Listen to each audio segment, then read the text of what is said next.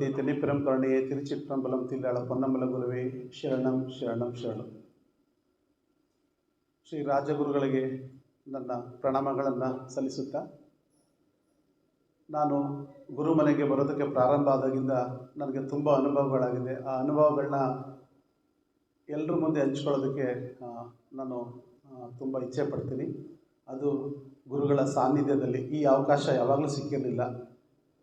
ಗುರುಗಳಿಲ್ಲದಿದ್ದಾಗ ನಮ್ಮ ಗುರುಭಕ್ತರ ಹತ್ರ ಇಲ್ಲಿ ನಡೆದಂಥ ಕೆಲವೊಂದು ವಿಚಾರಗಳನ್ನ ವಿನಿಮಯ ಮಾಡ್ಕೊಂಡಿದ್ದುಂಟು. ಆದರೆ ಗುರುಗಳ ಸಾನ್ನಿಧ್ಯದಲ್ಲಿ ಹೇಳ್ಕೊಳ್ಳೋಂಥ ಒಂದು ಸುವರ್ಣಾವಕಾಶ ನನಗೆ ಸಿಕ್ಕಿದೆ.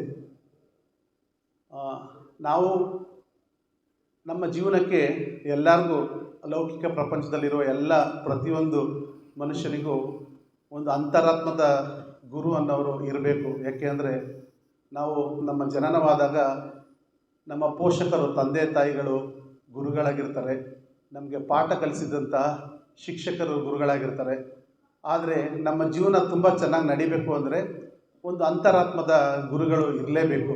ಅದು ನಾನು ಅಂದ್ಕೊಂಡಿರೋದು. ನಾವು ನಮ್ಮ ಗುರುಮನೆಗೆ ಬರೋದಕ್ಕಿಂತ ಮುಂಚೆ ಶಿರಡಿ ಸಾಯಿಬಾಬಾ ಅವ್ರನ್ನ, ಹಾಗೆ ರಾಘವೇಂದ್ರ ಸ್ವಾಮಿಗಳನ್ನ ನಮ್ಮ ಮನಸ್ಸಾರೆ ನಾವು ಆರಾಧನೆ ಮಾಡ್ತಾಯಿದ್ವಿ, ಅವ್ರನ್ನ ಪೂಜಿಸ್ತಾ ಇದ್ವಿ. ಆದರೆ ಒಂದು ಗುರುವಿನ ಹುಡುಕಾಟದಲ್ಲಿ ನಾವಿದ್ವಿ. ಅಶರೀರದಲ್ಲಿರುವಂತಹ ಗುರುಗಳನ್ನ ನಾವು ಒಂದು ಬೃಂದಾವನದಲ್ಲಿ ಹಾಗೂ ಶಿರಡಿಯಲ್ಲಿ ಸಮಾಧಿಯ ಒಂದು ರೂಪದಲ್ಲಿ ಕಾಣ್ತಾ ಇದ್ವಿ. ಆದರೆ ನಮ್ಮ ಕಣ್ಮುಂದೆನೇ ಇರುವಂತಹ ಜೀವಂತವಾಗಿರುವಂತಹ ಗುರು ಎಲ್ರಿಗೂ ಸಿಗೋದು ತುಂಬಾ ಕಷ್ಟ. ಆದರೆ ನಾನು ಹೆಮ್ಮೆಯಿಂದ ಹೇಳ್ಕೊತೀನಿ, ನಮಗೆ ನಮ್ಮ ಅಂತರಾತ್ಮದ ಗುರು ನಮ್ಮ ಕಣ್ಮುಂದೆನೇ, ನಾವು ಮಾತಾಡಿಸುವಂತಹ ದೇವರು ನಮ್ಮ ಕಣ್ಮುಂದೆನೇ ಇದ್ದಾರೆ. ಹಾಗಾಗಿ ನನಗೆ ಅದು ತುಂಬ ಖುಷಿನೇ ಕೊಟ್ಟಿದೆ. ನನ್ನ ಜೀವನದಲ್ಲಿ ನಾನು ನಮ್ಮ ಗುರುಮನೆಗೆ ಬಂದ ಮೇಲೆ ತುಂಬ ಬದಲಾವಣೆಗಳಾಗಿದೆ. ನನ್ನ ವೈಯಕ್ತಿಕ ಜೀವನದಲ್ಲಿರ್ಬೋದು, ಆಧ್ಯಾತ್ಮಿಕ ಜೀವನದಲ್ಲಿರ್ಬೋದು. ಆದರೆ ಇಲ್ಲಿ ಬಂದರೆ ಆಧ್ಯಾತ್ಮಿಕದ ಬಗ್ಗೆ ನಮಗೆ ಪಾಠ ಹೇಳೋದಕ್ಕಿಂತ ಹೆಚ್ಚಾಗಿ ನಮ್ಮ ಗುರುಗಳು ಹೇಳೋದು ಸಂಸಾರದಲ್ಲಿ ಆಧ್ಯಾತ್ಮಿಕವನ್ನು ಕಾಣಿ ಅಂತ ಹೇಳ್ತಾರೆ. ಅದು ನಿಜವಾಗ್ಲೂ ನನ್ನ ಜೀವನದಲ್ಲಿ ಯಾವುದೇ ಗುರುಗಳು ಕೊಡುವ ಸಂದೇಶದಲ್ಲಾಗಿರ್ಬೋದು, ಪ್ರವಚನದಲ್ಲಾಗಿರ್ಬೋದು ನಾನು ಎಲ್ಲೂ ಕೇಳಿರಲಿಲ್ಲ. ನನಗೆ ಒಂಥರ ಆಶ್ಚರ್ಯ, ಸಂಸಾರದಲ್ಲಿ ಆಧ್ಯಾತ್ಮಿಕತೆ. ಅದು ಆ ಗುರುಗಳು ಹೇಳಿದ್ಮೇಲೆ ನಾವಿಲ್ಲಿಗೆ ಬರ್ತಾ ಬರ್ತಾ ಬರ್ತಾ ಆ ಅನುಭವದಲ್ಲೇ ನಮಗೆ ಗೊತ್ತಾಗುತ್ತೆ ಸಂಸಾರದಲ್ಲಿ ಹೇಗೆ ನಾವು ಆಧ್ಯಾತ್ಮಿಕತೆಯನ್ನು ಕಾಣಬೇಕು ಅನ್ನೋದನ್ನು. ಹಾಗಾಗಿ ಒಂದು ಸಾರಿ ಬಂದು ಗುರುಗಳನ್ನ ಭೇಟಿ ಮಾಡಿ ತಿಳ್ಕೊಳ್ಳೋ ಅಂಥ ವಿಚಾರ ಅಲ್ಲ. ನಮ್ಮ ಜೀವನಕ್ಕೆ ಸರಾಗವಾಗಿ ನಾವು ನಮ್ಮ ಸಂಸ್ಕೃತಿಯಲ್ಲಿ ಒಳ್ಳೆಯ ಉತ್ತಮವಾದ ಜೀವನ ನಡೆಸಬೇಕು ಅಂದರೆ ಮಾರ್ಗದರ್ಶನ ಬೇಕೇ ಬೇಕು. ಅಂತಹ ಮಾರ್ಗದರ್ಶನವನ್ನು ನಮ್ಮ ರಾಜಗುರುಗಳು ಪ್ರತಿನಿತ್ಯ ಕೊಡ್ತಾನೆ ಇರ್ತಾರೆ. ನಾವು ಒಂದು ಸರಿ ಬಂದು ಇಲ್ಲಿಂದ ಮನೆಗೆ ಹೋದರೆ ಖಂಡಿತವಾಗ್ಲೂ 2 ದಿನ 3 ದಿನ ಇರೋದಕ್ಕೆ ಆಗಲ್ಲ. ನಾವು ಫಸ್ಟ್ ನಮ್ಮ ಗುರುಮನೆಗೆ ಹೋಗಬೇಕು, ನಮ್ಮ ಗುರುಗಳನ್ನ ನೋಡಬೇಕು, ಆ ಭಾವನೆ. ನಂದು ಪ್ರೇಮ ವಿವಾಹ ಆಗಿರೋದು. ನನ್ನ ಮಡದಿಗೆ ಅವರ ತವರು ಮನೆಯಲ್ಲಿ ಆಗಿರ್ಬೋದು ಅಥವಾ ನಮ್ಮ ಮನೇಲಿ ಆಗಿರ್ಬೋದು ಒಂದು ಪ್ರೀತಿ ವಾತ್ಸಲ್ಯ ಸಿಕ್ಕಿರಲಿಲ್ಲ. ನಾನು ಯಾವತ್ತೂ ಅದನ್ನು ನನ್ನ ಹೆಂಡತಿಗೆ ನಾನು ಹೇಳಿರಲಿಲ್ಲ. ನಮ್ಮ ಗುರು ಸಾನ್ನಿಧ್ಯದಲ್ಲಿ ಅದನ್ನು ತುಂಬ ಹೇಳೋದಕ್ಕೆ ಇಷ್ಟಪಡ್ತೀನಿ. ನಾವು ಗುರು ಮನೆಗೆ ಬರಬೇಕಾದ್ರೆ ನಾನು ಅವಳು ನಿಜವಾಗ್ಲೂ ಜಗಳ ಆಡ್ಕೊಂಡೇ ಬಂದ್ವಿ. ಯಾಕೆ ಅಂದರೆ ನಾವು ಗುರುಗಳು ಹುಡುಕಾಡ್ತಲಿದ್ವಿ, ಅಂತರಾತ್ಮದ ಗುರುಗಳನ್ನ ಹುಡುಕಾಡ್ತಲಿದ್ವಿ. ಯಾಕೆ ಅಂದರೆ ಯಾರಾದರೂ ಒಂದು ಗುರು ಸಿಗ್ತಾರೆ ಅಂದರೆ ಅಲ್ಲಿಗೆ ಹೋಗಬೇಕು ಅಂದರೆ ಇಬ್ಬರು ಏನು ಯಾವಾಗಲೂ ಈ ಥರ ಹೋಗೋದು ಅಂತ ಜಗಳ ಮಾಡ್ಕೊಂಡೇ ಬಂದ್ವಿ. ಆದರೆ ಇಲ್ಲಿ ಬಂದು 10 ನಿಮಿಷಕ್ಕೆ ಬಂದು ಏನೋ ಒಂದು ಪೂಜೆ ಗುರುಗಳನ್ನ ನೋಡ್ಕೊಂಡು ಹೋಗಬೇಕು ಅಂತ ಬಂದಿದ್ದು, ಇವತ್ತು ನಿರಂತರವಾಗಿ ನಮ್ಮ ಗುರು ಮನೆಗೆ ನಾವು ಬರ್ತಾಯಿದ್ದೀವಿ.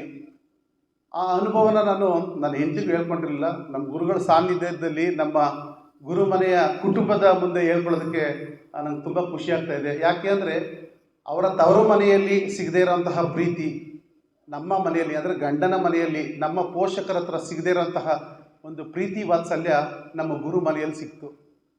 ಅವಳು ಯಾವಾಗಲೂ ನಾನು ಗುರು ಮನೆಗೆ ಹೋಗ್ತೀನಿ ಅಂದರೆ ನಾನು ಧಾರಾಳವಾಗಿ ಹೋಗ್ಬಾ ಅಂತ ಹೇಳ್ತೀನಿ, ಅಥವಾ ನಾನೇ ಬಂದು ಬಿಟ್ಟು ನನ್ನ ಕೆಲಸ ಕಾರ್ಯಗಳಿಗೆ ಹೋಗ್ತೀನಿ. ಕಾರಣ ಇಷ್ಟೇ, ನಾನು 18 ವರ್ಷ ಆಯಿತು ನನ್ನ ಮದುವೆ ಆಗಿ. ಅವಳಿಗೆ ಯಾರೂ ಅಂತಹ ಪ್ರೀತಿ ವಾತ್ಸಲ್ಯ ತೋರಿಸಿರಲಿಲ್ಲ. ನಮ್ಮ ಗುರುಮನೆ ಅಂದರೆ ಅಷ್ಟು ಪ್ರೀತಿ ವಾತ್ಸಲ್ಯ.